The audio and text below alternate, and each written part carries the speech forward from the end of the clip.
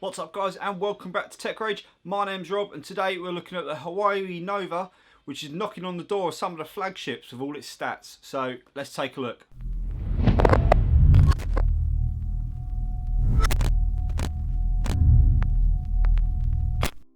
Okay guys, so I've got the Huawei, the Nova, and it cost me £350, which is about $450. Links will be in the description below if you want to take a look for yourself to see how much it is now. I didn't expect much for this phone for the price. You know, I've got flagship phones, I've used them in the past, I know you get what you pay for.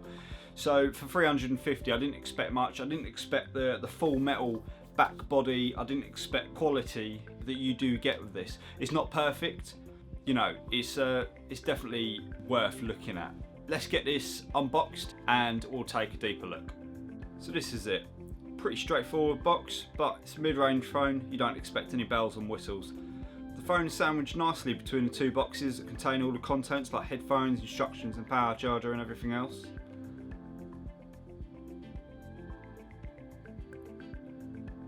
On its protective sleeve you get all the instructions and guides on what buttons do what, how to insert your SIM card and everything else. USB Type-C. This is more of a flagship thing, to be fair. You only seem to get it on the newer phones, so fair play for a mid-range company. And also a jack input for your headphones.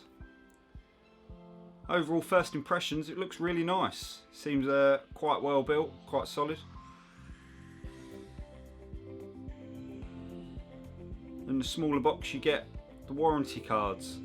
All your information about warranty, security, how to clone your phone. If you've got another Android phone you can copy everything straight across. And a Nova quick start guide as well.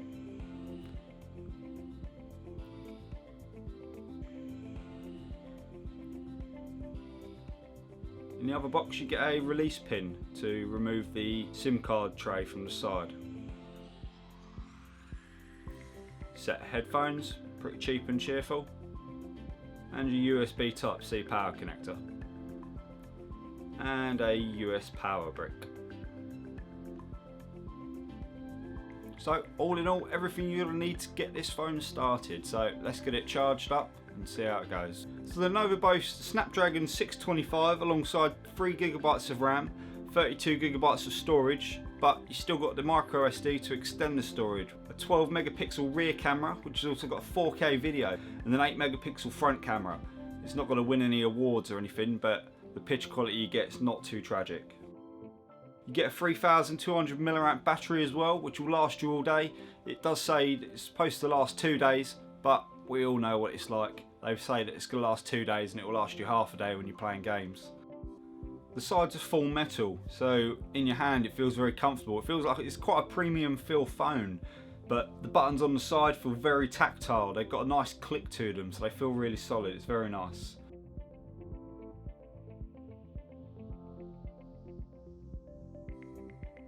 After charging up, we've got the Huawei started up and we went through the startup procedure. It was pretty straightforward to set everything up. You had to sign up to a Huawei ID account as they've got their own EMUI software built on top. It's only 4.1 on the Nova. I know they've got version 5 I think on the new P9 and everything else. You know, it's not too bad for this phone.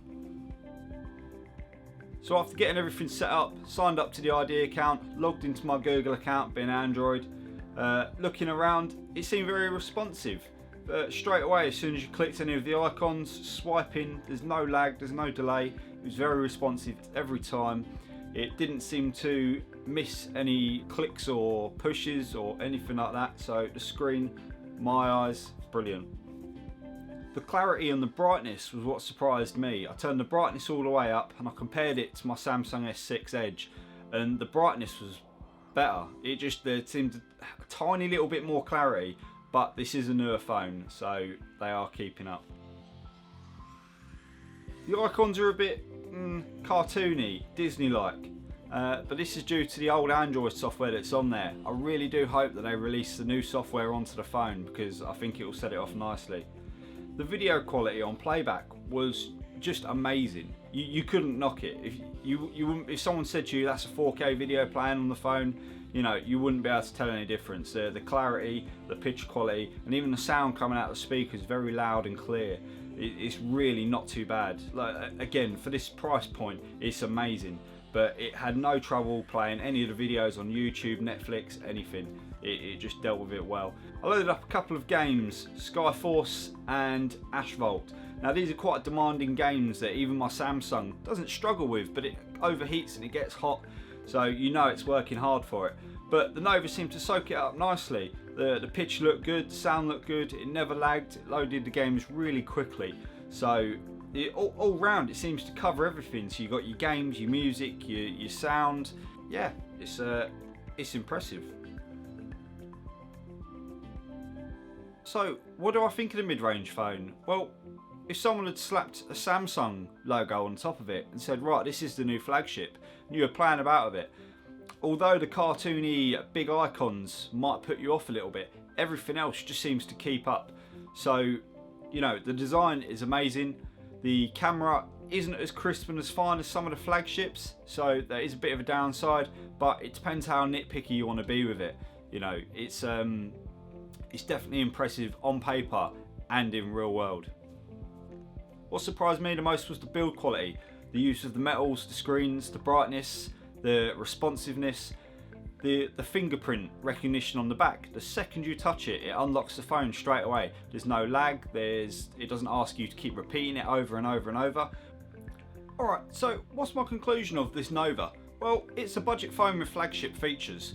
So, you know, it's not on point as the flagships. If you really need things like that, like if you really need the perfect camera and the perfect software and everything else, then obviously invest in a more expensive camera. But if you're not too fussed about that and you just want it for day-to-day use, something that even looks really nice and does the same job as everything else, you know, with the near-field communication, GPS, USB Type-C, everything all in one package with this phone. I look forward to seeing their other phones. I think I'm going to take a look at their P9 and see what that has to offer. Yeah, big thumbs up for the Nova. I'll see you next time. Don't forget to like and subscribe. Take it easy.